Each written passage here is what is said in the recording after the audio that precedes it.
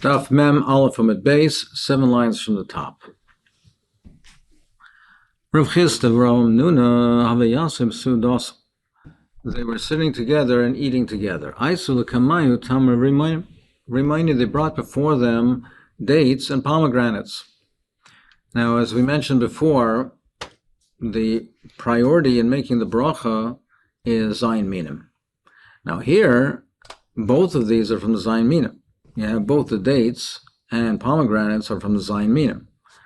So if that's the case, then one would think that you make the bracha on the one that comes earlier in the pasuk. The one that's listed earlier in the pasuk, that's the one that would have priority for the bracha. Shakal Rav Hamnuna, however, Rav Hamnuna took Shakal Baruch Tamri Bereisha. He made the bracha on the dates first. Now the date is the last one in the pasuk. Shemenu Dvash. I say Shemenu Dvash. Dvash is the honey from dates. That's the last one in the pasuk. So Amar Le Chestalei Sfirle Mar Lahad the Amar of Yesvi Taim Rav Yitzchak. Don't you hold to what they said that Kol Muktam B'Pasuk Zekanim LaBracha? Whatever comes earlier in the pasuk, that's the one that has priority for the bracha. So pomegranates come earlier. Pomegranates is the 5th one in the list in the pasuk, and the Tamar, the dates, are the 7th one. Why didn't you make the bracha on the pomegranates? Amar Le, no, he said Zesheni La'eretz V'Zeh Chamish La'eretz. When you count, it's not from the beginning of the list, it's what is closest to the word Eretz. So pomegranates is the 5th one from the first time Eretz is mentioned in the pasuk. The pasuk mentions Eretz Chita Saira. Pomegranates is the 5th one in the list from that word Eretz. But then the pasuk again says Eretz, says Shemru Dvash. And the Dvash, the dates, is only the second. It's only second from the second mentioning of the Eretz. So therefore, the dates are number 2 from Eretz. That has priority. It comes before the pomegranates, which are mentioned 5th. Now, as the place can point out, in the Hanami, if you have the first list and the second list, it's, for instance, number 2 and number 2 in the list. If you have a Sa'ira or you have dates, the Sa'ira, the barley, would come first because it's number 2 to Eretz, but it's number 2 for the first mentioning of Eretz. And dates are number 2 of the second mentioning of Eretz. But when you have from the Eretz, in this case, where the dates are number 2 and pomegranates are number 5, even though pomegranates are in the first group and dates are in the second group, but still, nevertheless, since the dates are ahead, they come at second to the word of Eretz, they have priority over the pomegranates. Omer Le, he said to him, Man Yavla Nagra the Paraslav Nashmianecha. Halavai that we should have feet made out of iron, that we'd be able to run after you and follow your Torah. Your Torah is so great that we should be able to have the strength and literally feet that are made out of iron, that we'd be able to run after you all the time and listen to your Torah. Let's say fruit was brought in the middle of the Suda. They brought Te'enim and they brought Te'enim and Anovim. They brought Te'enim, figs and grapes in the Suda. So do you make a bracha or not? So this is the issue in halacha that we have when you're eating a meal and you have, for instance, we'll see, dessert comes in the meal. Things that are not normally part of the meal. So if they brought Te'enim v'anom, figs and grapes b'seicha suda, amar Rafuna tunim bracha lifneihem ve'intunim bracha la'achreihem. They need a bracha rishayna, but not a bracha achreina. The birchas hamazon covers off the bracha achreina of this fruit. But the bracha rishayna, since it's not normally eaten with the bread, it's not considered part of the lechem, therefore it needs a bracha rishayna. You have to make a borei pri, but you don't have to make a bracha achreina. The birchas hamazon would cover it. V'chein amar Rav Nachman tuna bracha lifnei ve'in tuna bracha la'achareihem. And he said the same thing. He says, no, you need a bracha rishayna, you need a bracha achreina as well. Benching does not pater this, it's not covered with benching, it needs its own bracha achreina. The only thing that has a bracha rishayna and no bracha acharav Lo bracha achroina is al pas haba bekisnin bilvad. It's only pas haba bekisnin. That's what he holds. So there's some dispute in the Rishonim. What is pas haba bekisnin? Rashi says that it's made of toasted grain with honey and other ingredients. The mezainis component of it is very little, it's very small. There's not a kazayis of b'chdei achilas pras, and therefore you would not make an al-michi on it because you have a very small component of mezainis in it. So therefore, that's what Rashi says, there's no bracha achreina. The way other Rishonim learn is that in such a case, you would make a bracha achreina. Meaning, in Rashi's example, we're talking where it's not even eaten in the meal. It's not even part of a meal. It's totally independent of the meal. There is no birchas hamazon. The question is, do you make an al-michi or not? And since the mezainis component is so small, you don't make an al-michi. Other Rishonim argue and say no, even if the mezainis component is small, as long as you're eating a shear of the pas haba bekisnin, you would make a bracha achreina. They said the case that we're talking over here is similar to what we were discussing before, in that it's talking where it's eaten for dessert, and it's not part of the meal. If you have this type of pastry that's eaten, and we're there, he says, you make a bracha rishayna, but not a bracha achreina. But otherwise, lagabe fruit, even if it's brought for dessert, he said you would make a bracha achreina. That's how they learn the sugya. Upligi the Rav Chia, the Amar Rav Chia pas paiteres kol minei machal. He says that bread patters any types of food. V'yain paiter kol minei mashkin. And wine patters all types of mashkin. The pas patters all food. And if you make a moitzi, you don't have to make another bracha on what's in the meal. And if you drink wine, you don't have to make a bracha on any types of liquids or beverages that you drink. So now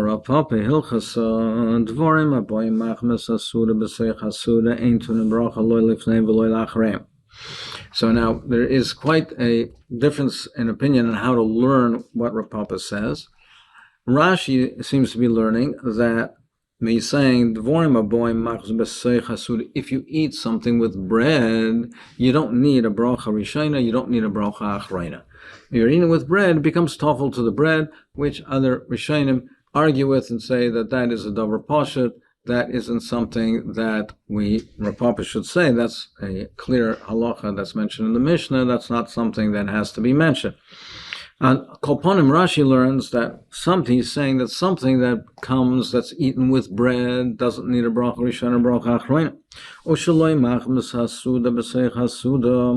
But if it's not eaten with bread, but it is something that's part of a suda, that's normally eaten as part of a suda, then tunim bracha lifnei and vein tunim bracha achrein. You need a bracha rishona, but not a bracha achreina, because it's something that provides nourishment. It's normally something that's part of a meal. It's a tavshel that's normally eaten with a meal. Lachar suda, if it's after the suda, if it's something that's eaten after the suda, meaning for dessert, tunim bracha bein lifnei and bein lachrein, you need a bracha rishona and a bracha achreina. It's not covered off by birchas hamazon because it's eaten for dessert after the main part of the meal. You need a bracha rishona and a bracha achreina.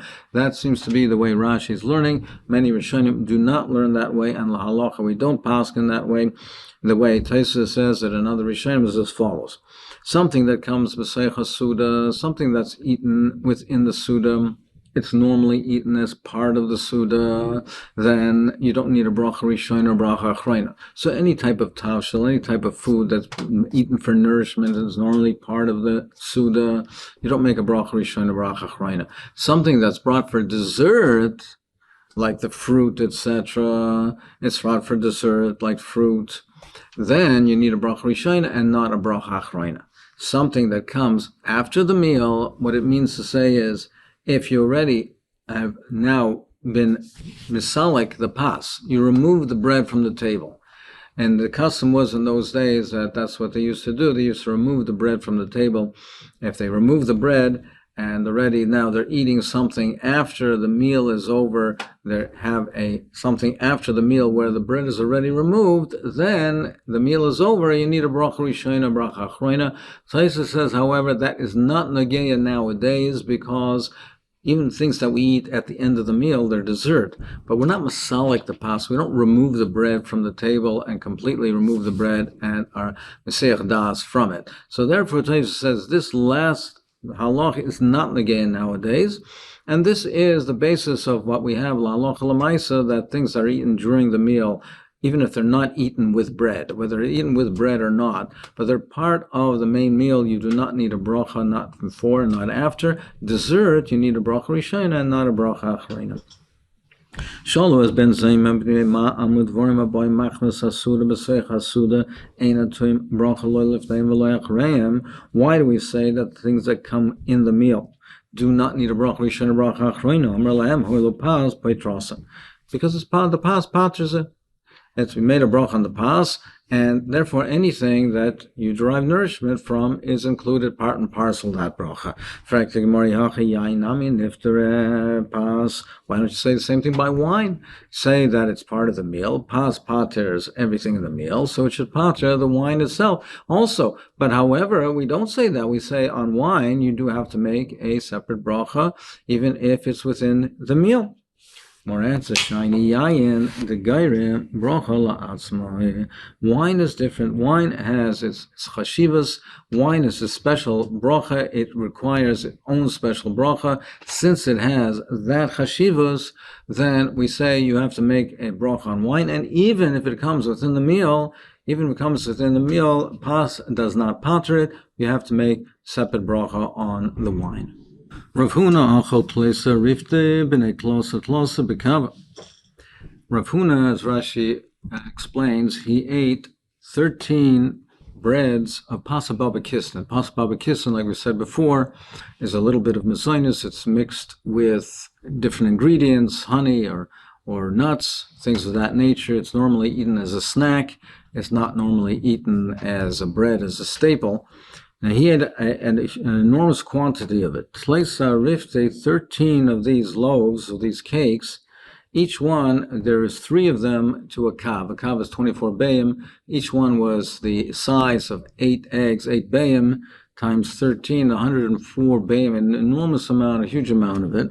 But he ate it as a snack, not as a meal. V'loy barach. And he did not make the bracha. He didn't make a bracha achrona after it. Amalei Rav Nachman, Rav said, Adei kafna. These were to satisfy your hunger. This was not eaten as a snack. Even